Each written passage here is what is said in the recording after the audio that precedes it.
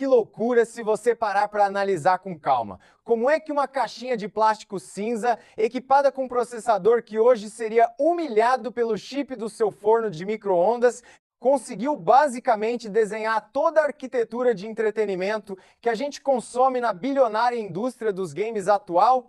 O PlayStation 1, lançado pela Sony em meados dos anos 90, não foi apenas um sucesso comercial avassalador que atropelou os gigantes tradicionais como a Nintendo e a Sega.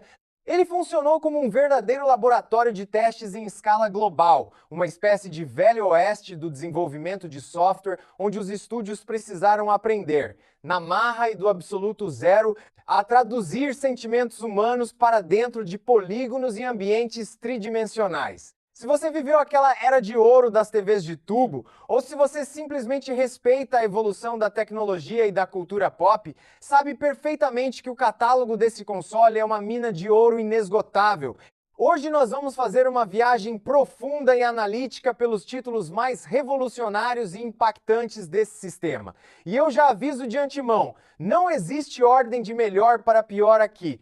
O nosso objetivo é dissecar o impacto cultural e a engenharia oculta de cada uma dessas obras. Por isso, eu já te faço um convite de cavaleiro. Deixa aí nos comentários qual era o seu companheiro de memory card mais sagrado, porque o catálogo é tão gigantesco que muita coisa boa vai acabar ficando de fora, o que significa que o seu comentário vai ditar as regras para uma futura parte 2. Prepare o seu café, ajuste o seu fone de ouvido e vamos voltar para o momento exato em que os videogames mudaram de tamanho. Para abrir a nossa análise com os dois pés na porta do estúdio, nós precisamos falar sobre um gênero que hoje movimenta arenas lotadas de esportes, gera audiências multimilionárias em plataformas de streaming e dita as regras do mercado, mas que encontrou a sua alma cinematográfica e a sua maturidade narrativa ali no finalzinho da década de 90.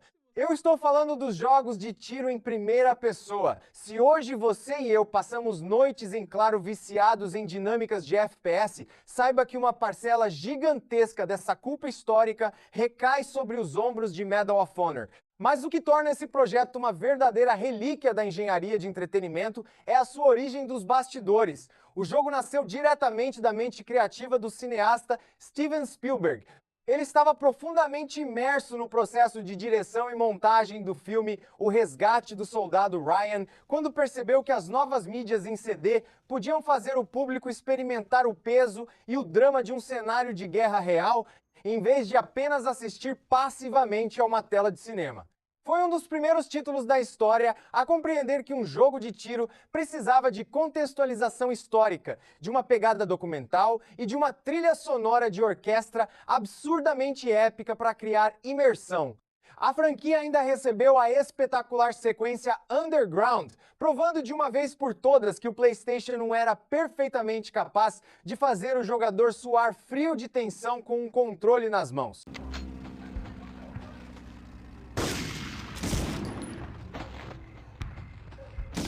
Mas o suspense de verdade que habitava o hardware da Sony não vinha apenas dos campos de batalha da Segunda Guerra Mundial. Ele vinha do horror de sobrevivência, um mercado que a Capcom chacoalhou com uma violência criativa sem precedentes. Após o estrondo cultural, que foi o primeiro título da franquia, a pressão da indústria e a expectativa do público por uma continuação eram simplesmente sufocantes. E a entrega que eles fizeram com Resident Evil 2 foi algo monumental. Enquanto o jogo original construía o sentimento de medo de forma lenta, cadenciada e claustrofóbica dentro dos corredores de uma mansão isolada, o segundo capítulo quebrava essa barreira e te jogava direto no olho do furacão, no meio do caos urbano das ruas de Raccoon City. A genialidade aqui foi alcançar o equilíbrio cirúrgico entre a ação de sobrevivência e o horror psicológico. No entanto, o grande triunfo técnico que fez esse jogo explodir a cabeça de todo mundo foi o fator replay gerenciado pelo sistema de cenários alternados. O game vinha dividido fisicamente em dois discos separados, um focado na jornada do policial Leon S. Kennedy e o outro na estudante Claire Redfield. O que você fazia na campanha do disco? A alterava diretamente a disponibilidade de itens, a abertura de portas e o comportamento dos inimigos na campanha do disco B. Essa complexidade de roteiro interativo estabeleceu um novo padrão para a indústria e transformou o título no queridinho absoluto dos entusiastas do terror até os dias de hoje.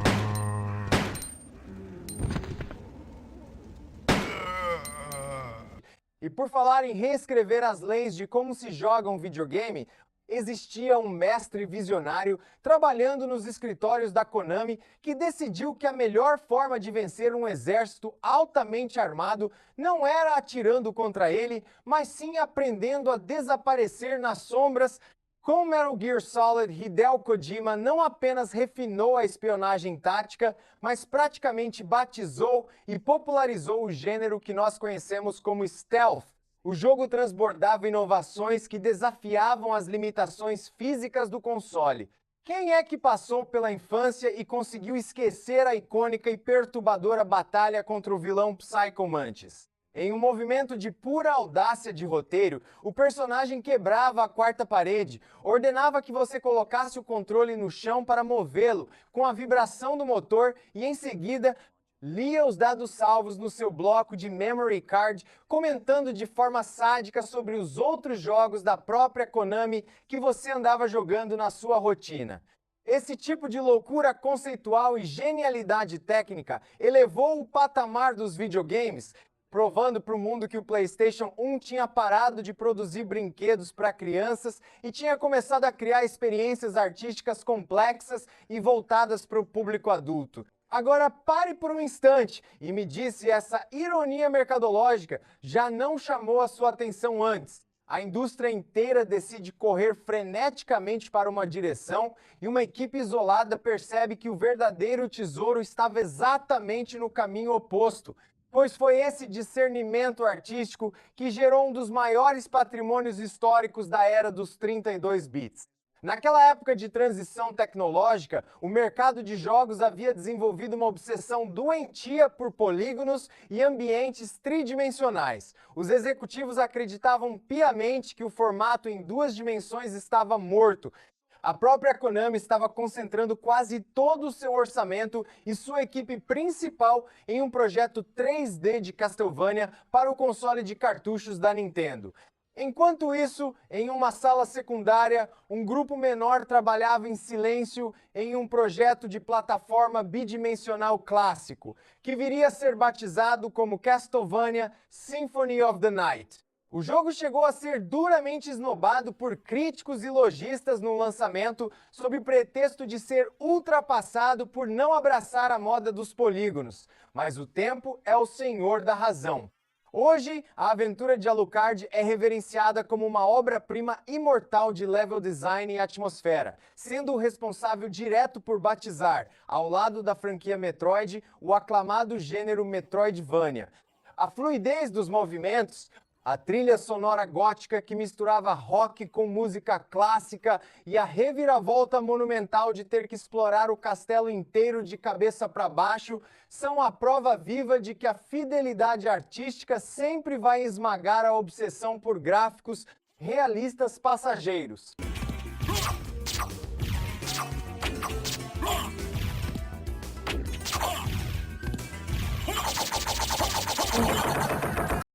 Essa mesma busca implacável por extrair até a última gota de poder de processamento do hardware da Sony acabou resultando na criação do título mais vendido de toda a história do console. Uma equipe japonesa minúscula e obsessiva passou longos e exaustivos 5 anos trancada em um processo de desenvolvimento focado em traduzir o realismo físico das pistas e dos automóveis para o mundo digital. O resultado dessa jornada foi Gran Turismo, o pai espiritual de todos os simuladores de corrida modernos. Os desenvolvedores conseguiram a façanha inacreditável de forçar o processador do PlayStation a entregar cerca de 70% de sua capacidade bruta apenas para gerenciar a física dos pneus e o reflexo das latarias. Além de ser um colosso visual impressionante para os padrões daquela década, ele foi o pioneiro absoluto em utilizar de forma prática os analógicos e os motores de vibração do controle DualShock, transformando a textura do asfalto em uma resposta tátil direta nas mãos do piloto. Foi um divisor de águas que mudou o mercado automotivo virtual para sempre. E se nós estamos discutindo o domínio absoluto da física de colisão e a lapidação de fórmulas perfeitas, o gênero de jogos de luta tridimensionais encontrou o seu monarca definitivo nas arenas de Tekken 3. O estúdio Namco não tentou reinventar a roda ou criar dinâmicas mirabolantes que ninguém compreendia. O segredo deles foi pegar tudo o que funcionava nos títulos anteriores e polir as animações e o tempo de resposta até atingir o estado da arte. Foi nesse capítulo específico que a cultura brasileira foi homenageada com a introdução de Ed Gordo, fazendo os fliperamas e as locadoras do Brasil entrarem em colapso ao ver a ginga e os movimentos da capoeira replicados com uma fluidez que parecia impossível para a época. E o que tornava tudo ainda mais maravilhoso, gerando um contraste violento com a ganância da indústria atual, era o fato de que o game vinha abarrotado de modos de jogo extras, finais em computação gráfica de alta qualidade e personagens secretos escondidos no disco. Você comprava o jogo uma única vez e recebia a experiência completa, sem a necessidade de gastar um centavo extra com pacotes de expansão ou passes de temporada na internet. Seguindo essa mesma linha de raciocínio, onde a jogabilidade viciante, a rebeldia jovem e uma trilha sonora impecável ditavam as regras do engajamento, a desenvolvedora Neversoft chegou quebrando as vidraças do mercado com Tony Hawk's Pro Skater 2. A empresa que ficou eternizada na nossa mente por causa daquela introdução bizarra de um olho humano sendo espetado por um espeto de ferro, algo que toda criança achava o ápice do descolado, conseguiu criar a experiência de skate mais redonda e satisfatória da história dos videogames. O sistema de emendas de manobras através do comando de manual era tão perfeito, responsivo e recompensador que o jogo alcançou uma façanha que pouquíssimas obras humanas conseguiram. Ele ostenta até hoje a nota surreal de 98 de 100 no agregador Metacritic. É a tradução mecânica da perfeição e o retrato fiel de uma cultura de rua que foi imortalizada dentro de um CD preto do PlayStation.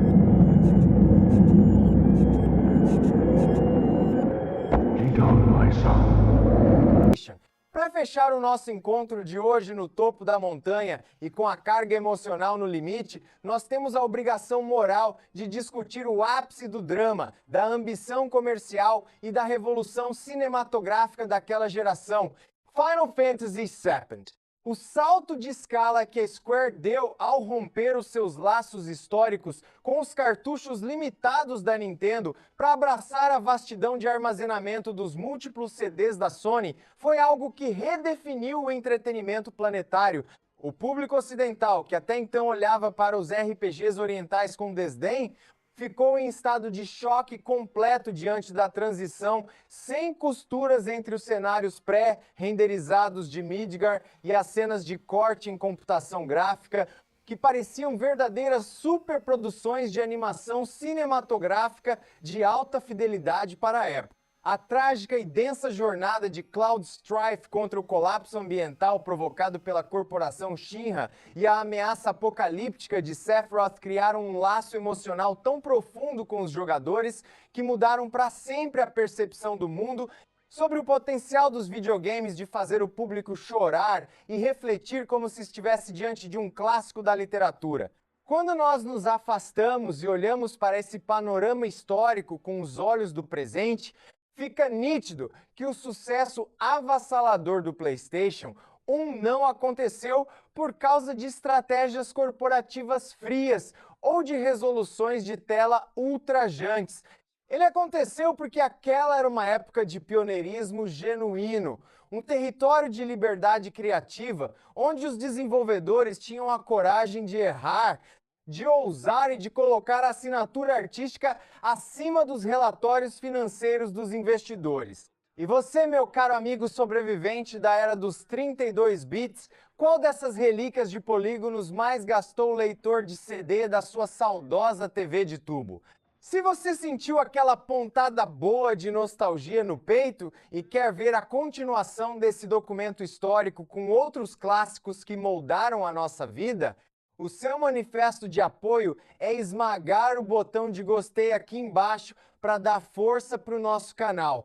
Se inscreve para não perder os próximos ensaios profundos da história do entretenimento e ativa o sininho de notificações para que o YouTube compreenda que você faz parte da audiência que valoriza roteiros densos e análises de... Grande e caloroso abraço a cada um de vocês, muito obrigado pela companhia indispensável e até o nosso próximo episódio.